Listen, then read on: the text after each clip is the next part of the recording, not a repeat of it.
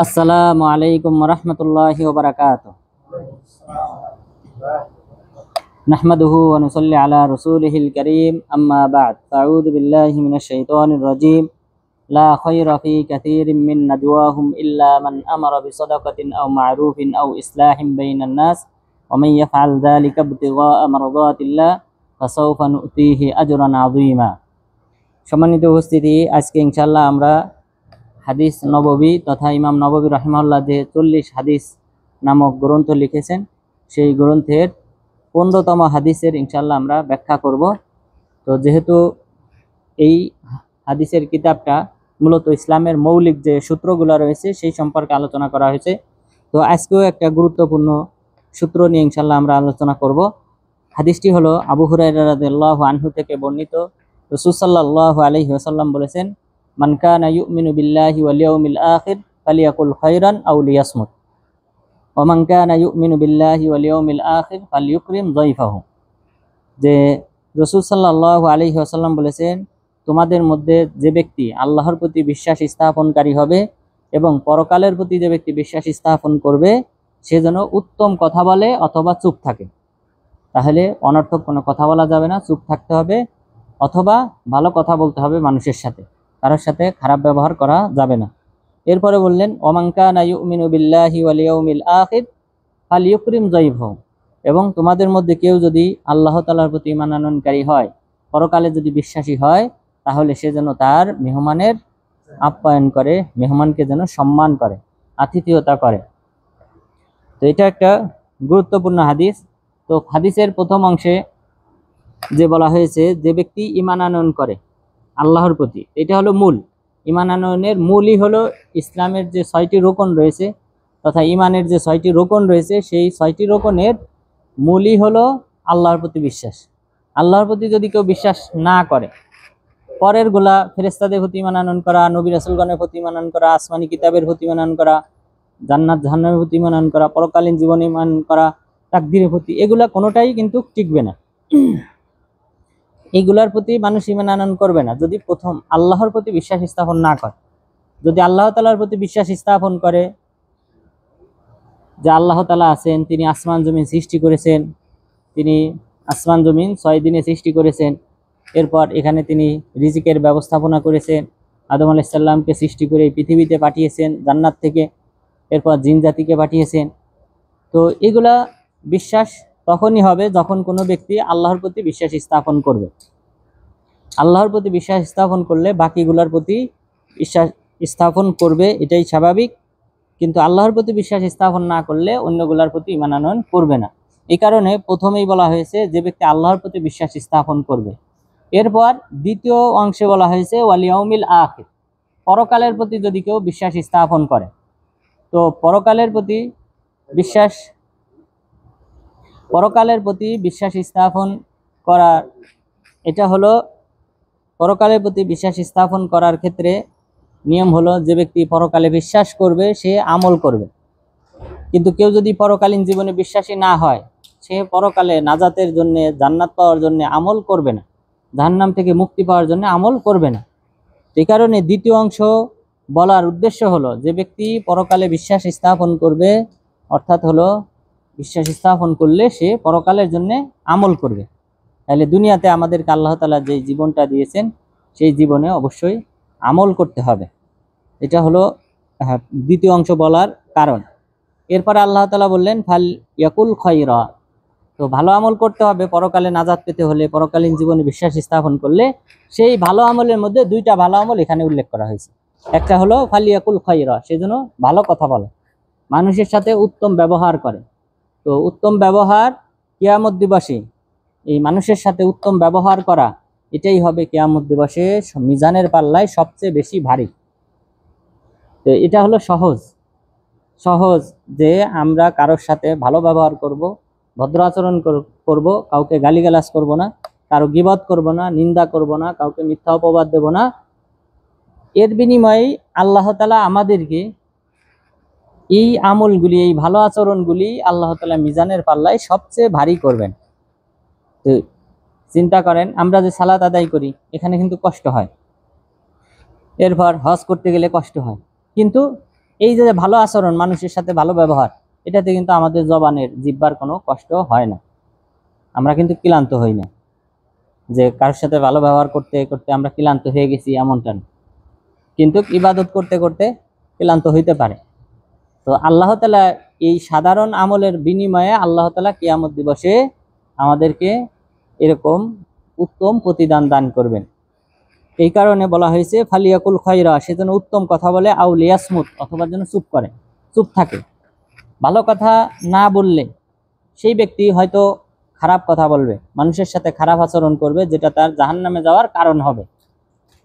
এই কারণে চুপ থাকতে বলা হয়েছে, যে হয় ভালো কথা বলবে, না হয় চুপ থাকবে। আর মানুষের এই যে কথা বলা, এটার বিরাট প্রভাব রয়েছে। এই মানুষ কথা বলার কারণে বিভিন্ন ব্যক্তি জাহান্নামী হবে। বিভিন্ন ব্যক্তি নিজের এই জবানকে কন্ট্রোল করতে না পারার কারণে জাহান্নামী হবে। প্রথমত একটি হাদিস আপনারা সবাই জানেন, যে এক সাহাবী এসে বললেন যে আল্লাহ রাসূল, আমাদের এক মহিলা আছে, সেই মহিলা অনেক ইবাদত করে, নামাজ করে, কিন্তু প্রতিবেশীকে কষ্ট দেয়। তখন বললেন সে জাহান্নামী। আরেক মহিলার কথা বললেন, সে অতটা আমলদার না, কিন্তু প্রতিবেশীর সাথে ভালো ব্যবহার করে, তখন বললেন সে জান্নাতি। তাহলে ভালো ব্যবহারের এটা হলো প্রথম একটা দলিল, যে ভালো ব্যবহারের মাধ্যমে সে ব্যক্তি জান্নাতি হবে। আর খারাপ আচরণ করার কারণে, প্রতিবেশীকে কষ্ট দেওয়ার কারণে, গালিগালাজ করার কারণে জাহান্নামী হবে। এরপর মুআজ বিন জাবাল রাদিয়াল্লাহু আনহু, তাকে লক্ষ্য করে রাসূল সাল্লাল্লাহু আলাইহি ওয়াসাল্লাম বলেছিলেন, তুমি তোমার জবানকে হেফাজত করো, তোমার জিহ্বাকে হেফাজত করো। ইহফাজ লিসানাক, তুমি তোমার জিহ্বাকে হেফাজত করো। তখন মুআজ বিন জাবাল রাদিয়াল্লাহু আনহু বললেন, হে আল্লাহর রাসূল, এই জবানের কারণে কি আমরা কেউ জাহান্নামী হব? যে আমরা মুখে যেসব কথাবার্তা বলি, এই কথাবার্তা বলার কারণে কি আমরা জাহান্নামী হব? রাসূল সাল্লাল্লাহু আলাইহি ওয়াসাল্লাম বললেন, ওয়াহাল ইয়াকুব্বুন নাস আলা উজুহিহিম ফিন্নার ইল্লা হাসাইদু আলসিনাতিহিম, যে মানুষকে জাহান্নামে উপুড় করে, মাথা নিচের দিক করে জাহান্নামে যে নিক্ষেপ করা হবে, এটা তো তাদের জবানের কামাইয়ের কারণে, তাদের জবানের, তাদের এই মুখে যে সকল অন্যায় অশ্লীল ফাহিশি কথাবার্তা বলবে, এটার ফল হিসেবে তাকে জাহান্নামী করা হবে। তাহলে চিন্তা করেন, তাহলে কোনো মুসলিম ব্যক্তিকেও কিন্তু এই শাস্তিটা দেওয়া হতে পারে, যে তাকে মাথা নিচের দিক করে, পা উপর দিক করে তাকে জাহান্নামে নিক্ষেপ করা হবে, এবং সেটা হবে তার জবানের কারণে। বিভিন্ন সময় বিভিন্ন কুফরি কথাবার্তা বলার কারণে সে কিন্তু ইসলাম থেকে বের হয়ে যায়। কুফরি কথাবার্তা বলার কারণে ইসলাম থেকে বের হয়ে যায়। শিরকি কথাবার্তা বলার কারণে সে ইসলাম থেকে বের হয়ে যায়। নবীর কবরে এসে অনেকে এসে কি করে, দোয়া করে, রাসূল সাল্লাল্লাহু আলাইহি ওয়াসাল্লামের কাছে চায়, এটা শিরিক। এই যে সে জবান দিয়েছে, এটা চাইলো, দোয়া করলো, এটা শিরিকের অন্তর্ভুক্ত, এটা কিন্তু তার জাহান্নামে যাওয়ার কারণ হবে। তো এই কারণে জবানটাকে হেফাজত করতে হবে। কোনো অন্যায় অশ্লীল ফাহিশি কথাবার্তা এবং কাজের ক্ষেত্রে ব্যবহার করা যাবে না, করলে সেই ব্যক্তি জাহান্নামী হওয়ার আশঙ্কা থাকবে। এবং জাহান্নামী যে হবে মুখের জবানের কারণে, তার অন্যতম আরেকটি উজ্জ্বল দলিল হলো, বনী ইসরাইলের দুই ব্যক্তি ছিল, তারা দুইজন বন্ধু ছিল। একজন তিনি ছিলেন ইউদনিব, তিনি পাপ কাজে জড়াতেন। আরেকজন ছিলেন মুজতাহিদিন ফিল ইবাদতে তিনি ছিলেন অনেক প্রচেষ্টাকারী, অনেক আমলদার, অনেক আবেদ ছিলেন। তো এই দুইজন, তাহলে একজন পাপ কাজ করে, অন্যায় কাজ করে, আরেকজন ইবাদতে মশগুল থাকে। তো যে ব্যক্তি ইবাদতে মশগুল থাকে, সে একদিন দেখলো তার ওই বন্ধুকে সে অন্যায় কাজে লিপ্ত। তখন তাকে মানা করলেন, নিষেধ করলেন, তুমি অন্যায় কাজ পরিহার করো। তখন সে বলল, যারনি বাইনি ওয়া বাইনা রব্বি, তুমি আমার এই বিষয়টা আমার মাঝে আর আমার রবের মাঝে ছেড়ে দাও, এইখানে তুমি কোনো প্রকার নাক গলায় না। তাহলে যে পাপ করতেছে সে বলতেছে ওই আবেদকে, বন্ধুটাকে, যে তুমি এই বিষয়ে মন্তব্য করো না, বরং এটা আমার মাঝে আর আমার রবের মাঝে ছেড়ে দাও, আমি আল্লাহর সাথে বসবো। তখন ওই ব্যক্তি আবেদ, সে বলল, ওয়াল্লাহি লা ইয়াগফিরু লাক, আল্লাহর শপথ, আল্লাহ তাআলা তোমাকে ক্ষমা করবেন না। তো যখন তিনি এই কথা বললেন যে আল্লাহ তাআলা তোমাকে ক্ষমা করবেন না, আল্লাহ তাআলা উভয়ের মৃত্যু দান করলেন। এই দুইজনকে, একজন পাপী আর একজন হলো আমলদার, দুজনের মৃত্যু দিলেন। মৃত্যু দেওয়ার পর আল্লাহ তাআলা যে ব্যক্তি পাপী ছিল তাকে ক্ষমা করে দিলেন, আর যে ব্যক্তি আমলদার ছিল তাকে ফেরেশতাদেরকে বললেন যে তাকে জাহান্নামে নিয়ে যাও।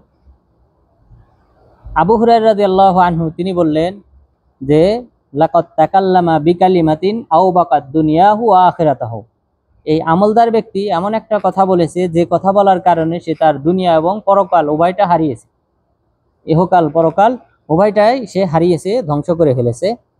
কারণ সে যে কথাটা বলেছিল ওয়াল্লাহি লা ইয়াগফিরু লাক, আল্লাহর শপথ আল্লাহ তাআলা তোমাকে ক্ষমা করবেন না।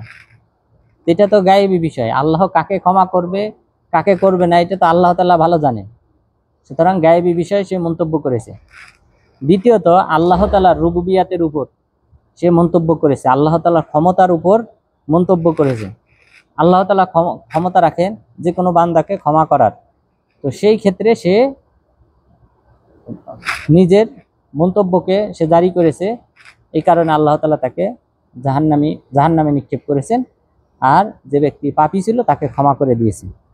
তো সুতরাং কথা বলার ক্ষেত্রে অবশ্যই হিসাব করে কথা বলতে হবে, এবং বিশেষ করে ধর্মীয় বিষয়ের ক্ষেত্রে কোরআন হাদিসের ব্যাপারে কেউ যদি নিজস্ব মন্তব্য করে তাহলে আল্লাহ তাআলা তাকে জাহান্নামে নিক্ষেপ করবেন। এরপর জিহ্বা কেটে দেবেন, এরপর তার নাড়ি ভুড়ি বের হয়ে চারপাশে সে কি করবে, ঘুরপাক খেতে থাকবে জাহান্নামের মাঝখানে। জাহান্নামীরা দেখে তারা কষ্ট পাবে, এই ব্যক্তিকে দেখে তার নাড়ি ভুড়ির চারপাশে সে ঘুরপাক খেতে থাকবে। তাহলে এইভাবে 3 ধরনের শাস্তির কথা কোরআন এবং হাদিসে উল্লেখ হয়েছে, যে সকল ব্যক্তিরা আলেম তারা যদি এই জাতীয় কোনো অন্যায় করে তাহলে তাদেরকে এইভাবে শাস্তি দেওয়া হবে। তাহলে কোরআন হাদিসের ক্ষেত্রে, আল্লাহ এবং আল্লাহ রসুলের ক্ষেত্রে মন্তব্য করার ক্ষেত্রে অবশ্যই আমাদেরকে সতর্ক হয়ে জেনে বুঝে তারপর মন্তব্য করতে হবে। কেননা রাসূল সাল্লাল্লাহু আলাইহি ওয়াসাল্লাম বলেছেন, মান কাযাবা আলাইয়া মুতাআম্মিদা ফালিয়াতাবাওয়া মাকআদাহু মিনান নার, যে ব্যক্তি স্বেচ্ছায় আমার উপর মিথ্যা আরোপ করলো সে তার ঠিকানাকে জাহান্নামে বানিয়ে নিল। তো সুতরাং অবশ্যই কথা বলার ক্ষেত্রে আমাদেরকে সতর্কতা অবলম্বন করতে হবে, যে কারণে বনী ইসরাইলের এই ব্যক্তি সে তার দুনিয়া এবং পরকাল উভয়টাকে হারিয়েছিল এবং সে জাহান্নামী হয়েছিল যদিও সে আমলদার ছিল। তাহলে আমাদেরকে কথা বলার ক্ষেত্রে অবশ্যই সতর্কতা অবলম্বন করতে হবে, আর ভালো কথা যদি বলতে মন না চায় অথবা বলার কোনো পরিবেশ না থাকে তাহলে যেন অনর্থক কথাবার্তা বলার মাধ্যমে অথবা ফাহেসি কথাবার্তা বলার মাধ্যমে যেন সময় পার না হয়। এটাই কিন্তু হয় অধিকাংশ সময় বন্ধুদের সাথে সাক্ষাৎ হলে অনর্থক কথার মাধ্যমে অথবা কারো গীবত চর্চার মাধ্যমে এই সময়গুলো কিন্তু বেশি অতিবাহিত হয়। এরপর অমুকে অমুক কথা বলেছে এইভাবে কিন্তু গীবত চর্চার মাধ্যমে কিন্তু সময় পার হয়, যে সম্পর্কে হাদিসে উল্লেখ হয়েছে। রাসূল সাল্লাল্লাহু আলাইহি ওয়াসাল্লাম বলেছেন, ইন্নাল্লাহা কারিহা লাকুম সালাসা, আল্লাহ তাআলা তোমাদের জন্য 3টা বিষয়কে ঘৃণা করেন, অপছন্দ করেন। কিলা ওয়াকাল, যে অমুকে এই কথা বলেছে, অমুকের ব্যাপারে এই মন্তব্য, এই জাতীয় কথা যে আপনারা বিভিন্ন সময় শোনেন যে অমুক বক্তা এই কথা বলেছে, তারপর বিভিন্ন ক্যাম্পের মধ্যে অমুক মুদির এই কথা বলছে, তারপর অমুক বন্ধু এই কথা বলছে। তো এই যে তার কথাটাকে নিয়ে নিজেদের মাঝে সমালোচনা করা, এটা আল্লাহ তাআলা অপছন্দ করেন। কারিহা লাকুম সালাস, আল্লাহ তাআলা 3টা অপছন্দ করেন, তার মধ্যে একটি হলো কিল ওয়া কাল, যে অমুক কথা বলেছে, এই কথা বলা হয়, এই জাতীয় কথা বলা, এটা আল্লাহ তাআলা অপছন্দ করেন। ওয়া ইযাআতাল মাল, সম্পদকে নষ্ট করা, কোনো সম্পদ থাকলে সেই সম্পদকে অনর্থক নষ্ট করা, অপচয় করা, অপব্যয় করা, এটাও আল্লাহ তাআলা অপছন্দ করেন। এরপর ওয়াকাসরাতা সুয়াল, এবং বেশি বেশি প্রশ্ন করা। তাহলে বেশি বেশি প্রশ্ন করা এটাও আল্লাহ তাআলা অপছন্দ করেন। অর্থাৎ জানার জন্য যদি প্রশ্ন থাকে অবশ্যই প্রশ্ন করতে হবে, এবং এটা আলেমদেরকে জিজ্ঞাসা করতে হবে। ফাসআলু আহলা যিকরি ইন কুনতুম লা তা'লামুন, তোমরা আলেমদেরকে জিজ্ঞাসা করো, যারা কোরআন হাদিস সম্পর্কে জানে তাদেরকে জিজ্ঞাসা করো যদি তোমরা না জানো। তাহলে কিন্তু অনর্থক কোনো প্রশ্ন কাউকে আটকানোর জন্যে এবং কারো ইলম চেক করার জন্যে সে কতটা গভীর জ্ঞানী, তো এই জাতীয় বিষয়ে প্রশ্ন না করা, অধিক প্রশ্ন না করা, এবং এই অধিক প্রশ্ন করার কারণে কিন্তু বনী ইসরাইলের উপর নানান ধরনের বিধান আল্লাহ তাআলা চাপিয়ে দিয়েছিলেন। তো সুতরাং অনর্থক কোনো প্রশ্ন না করা এবং সেই সাথে কোনো ব্যক্তির মন্তব্য নিয়ে সেটাকে নিয়ে নিজেদের মাঝে চর্চা না করা, গীবত না করা। এরপর মহান রব্বুল আলামিন বলেছেন, ওয়াকুলু কাওলান সাদীদা, তোমরা সঠিক কথা বলো, তাহলে বেঠিক কথা অথবা অনর্থক কোনো কথা, এই জাতীয় কথা বলা যাবে না, বরং সেই ক্ষেত্রে আমাদেরকে চুপ থাকতে হবে। এরপর মহান রব্বুল আলামিন বলেছেন, লা খায়রা ফি কাসীরিম মিন নাজওয়াহুম ইল্লা মান আমারা বিসাদাকাতিন আও মা'রুফিন আও ইসলাহিন বাইনান নাস, যে তাদের অধিকাংশ যে সংলাপ, তারা গোপনে পরস্পরের সাথে যে গোপন সংলাপ করে, সেই গোপন সংলাপের মধ্যে কোনো কল্যাণ নেই। তারা যে গোপন সংলাপ করে, গোপনে আলোচনা করে, পর্যালোচনা করে, সমালোচনা করে, এগুলার মধ্যে অধিকাংশ ক্ষেত্রেই কোনো উপকার নেই, কল্যাণ নেই। ইল্লা মান আমারা বিসাদাকাতিন আও মা'রুফিন আও ইসলাহিন বাইনান নাস, তবে সেই সব কথা ব্যতীত, সেই সব সংলাপ, গোপন বৈঠক ব্যতীত যেখানে বলা হয় সদকা করার কথা, আল্লাহর রাস্তায় তোমরা দান করো, আও মা'রুফ অথবা ভালো কাজ করার কথা বলা হয় যেসব জায়গায়, যেসব বৈঠকে, সেই সব বৈঠক ব্যতীত, এবং আও ইসলাহিম বাইনান নাস অথবা মানুষের মাঝে সংশোধন করার জন্য যদি কোনো কথা বলা হয়, কাউকে কোনো অন্যায় কাজে দেখলে সেটাকে সংশোধন করার জন্য তাকে যদি সেই কাজ ছেড়ে দিতে বলা হয়, তাহলে সেই সকল বৈঠকে কল্যাণ রয়েছে। এছাড়া অধিকাংশ তারা যে সকল বৈঠক করে তাতে কোনো কল্যাণ নেই। ওমাই ইয়াফআল যালিকা ইবতিগা মারদাতিল্লাহ, এরপরে আল্লাহ তাআলা বললেন, এই যে যে ভালো আমলগুলি, যে সদকা করার নির্দেশ দেওয়া, এরপর ভালো আমল করার নির্দেশ দেওয়া, মানুষের মাঝে সংশোধন করা, এই কাজগুলি যদি কেউ করে আল্লাহ তাআলার সন্তুষ্টির উদ্দেশ্যে, ফাসাউফা নুতিহি আজরান আযীমা, অচিরেই আমি তাকে মহা পুরস্কার দান করব। তাহলে আল্লাহ তাআলা প্রতিশ্রুতি দিয়েছেন, তাহলে ভালো কথা বললে, ভালো কাজ করলে আল্লাহ তাআলা উত্তম প্রতিদান দান করবেন। কিন্তু যদি কারো গীবত করা হয়, তাহলে গীবতের আলাদা শাস্তি বর্ণিত হয়েছে, এবং গীবত কবিরা গুনাহ। সুতরাং গীবত চর্চা এবং অন্যায় অশ্লীল কথাবার্তা ইত্যাদি বলা থেকে আমাদেরকে দূরে থাকতে হবে। এরপর এই হাদিসের আরেকটা অংশ রয়েছে, অর্থাৎ এই হাদিসটা পরিপূর্ণ যে হাদিস, এখানে আমরা দুইটা অংশ জানলাম, যে যদি সে ব্যক্তি উত্তম কথা বলবে অথবা চুপ থাকবে অথবা প্রতিবেশীর সম্মান করবে। কিন্তু এর মাঝে আরো একটা অংশ রয়েছে, এই একই হাদিসের বিভিন্ন রিওয়ায়াতে বর্ণিত হয়েছে। সেই অংশটা হলো, ওমান কানা ইউমিনু বিল্লাহি ওয়াল ইয়াউমিল আখির ফালা ইউযি জারাহু, তোমাদের মধ্যে কেউ যদি আল্লাহর প্রতি বিশ্বাস স্থাপনকারী হয়, পরকালের প্রতি যদি সে ঈমানদার হয়, তাহলে সে যেন তার প্রতিবেশীকে কষ্ট না দেয়। তাহলে প্রতিবেশীকে কষ্ট দেওয়া যাবে না। প্রতিবেশী হতে পারে বিভিন্ন দিক থেকে, বসবাসের দিক থেকে, আপনার বাসা তার বাসা পাশাপাশি, অথবা আপনার ক্ষেত খামার তার ক্ষেত খামারের পাশাপাশি, আপনার দোকান তার দোকানের পাশাপাশি, অথবা এখন যেমন প্রবাসে যে এক রুমে থাকেন, পাশের রুমে থাকে, এটাও প্রতিবেশী। তো এই যে প্রতিবেশী, সেই ব্যক্তিকে লা ইউযি, সে যেন কষ্ট না দেয়।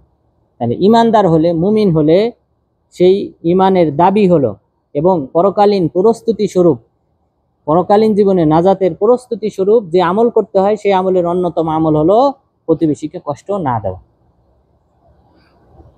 ফালা ইউযি জারাহু, সেজন্য তার প্রতিবেশীকে কষ্ট না দেয়। এরপর অন্য হাদিসে বলা হয়েছে, ফালিউকরিম জারাহু, সেজন্য তার প্রতিবেশীকে সম্মান করে।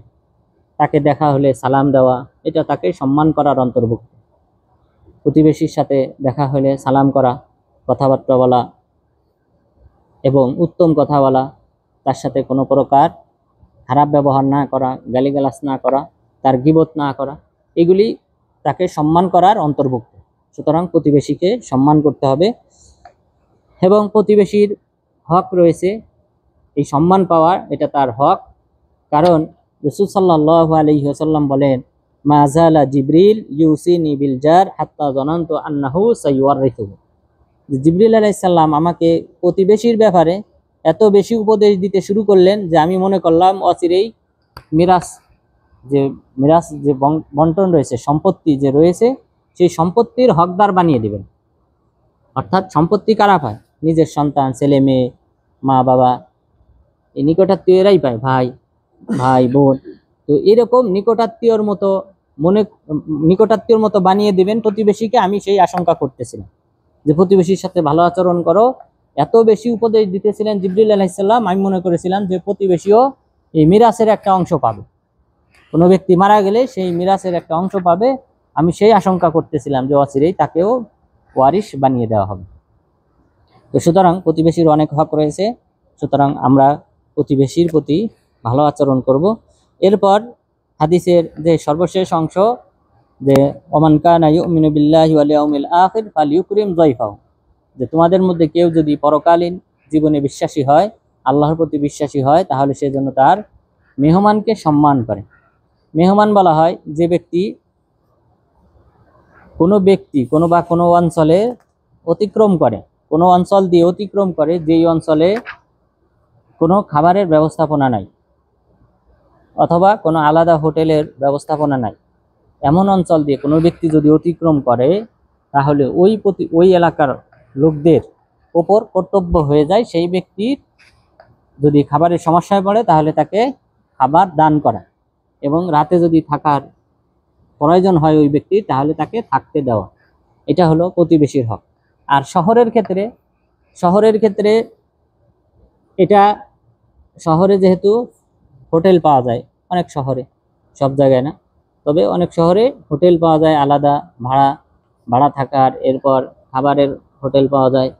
তো সুতরাং এই ক্ষেত্রে যদি এরকম কোনো ব্যক্তি ওই অঞ্চল দিয়ে অতিক্রম করার সময় সমস্যায় পড়ে, যে তার আর্থিক সমস্যা রয়েছে, তাহলে সেই ক্ষেত্রে তাকে আর্থিক সাপোর্ট দিতে হবে, যেন সে ফুন্দুক হোটেলে থাকতে পারে এবং সে যেন তার রাতের খাবার অথবা যে কয়দিন সে এখানে থাকবে সেই খাবার যেন গ্রহণ করতে পারে, সেই ব্যবস্থা করে দেওয়া ওই অঞ্চলের লোকদের উপর আবশ্যক। আর নিকটাত্মীয় যারা রয়েছে তারা, এটা শহরের সাথে সম্পর্ক না, নিকটাত্মীয় যারা রয়েছে তারা যে কোনো জায়গায়, এটা শহরে হোক অথবা গ্রামে হোক, যে কোনো জায়গায় হোক, কোনো মেজবানের বাসায় আসলে তাদের উচিত হবে তাকে সম্মান করা। তাহলে মুসাফিরের ক্ষেত্রে এক ধরনের হুকুম, আর যদি সেই ব্যক্তি নিকটাত্মীয় হয় তাহলে তার ক্ষেত্রে আলাদা হুকুম।